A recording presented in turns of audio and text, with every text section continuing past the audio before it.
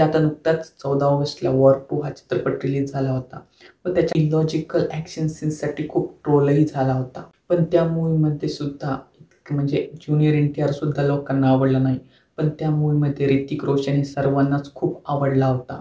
प्रेक्षकांना ऋतिक रोशन त्याच्या जास्त तर ॲक्शन सीन्स, लुक्स व त्याच्या डान्स स्टेप्ससाठी जास्त आवडतो. पण तुम्हाला माहिती आहे का, ऋतिक रोशनने त्याच्या करिअरमध्ये एक असाही मूव्ही केला आहे, ज्यामध्ये ते डान्स तर सोडा, ते साधं चालूही शकत नव्हता व चालूही सोडणार त्याचं साधं एक बोटसुद्धा हलू शकत नव्हतं. 2010 मध्ये आलेल्या गुजारिश या मूव्हीमध्ये ऋतिक रोशन अक्षरशः अपंगत्वाचा रोल साकारलेला होता. या मूव्हीचे डायरेक्टर होते संजय लीला भंसाली व या मूव्हीचे लीडमध्ये होते ऋतिक रोशन व ऐश्वर्या राय. तर स्टोरी अशी काय होती की ऋतिक रोशन यांचं कॅरेक्टर एक मॅजिशियन असतो. एका ॲक्सिडेंटमध्ये तो म्हणजे अपंग होतो.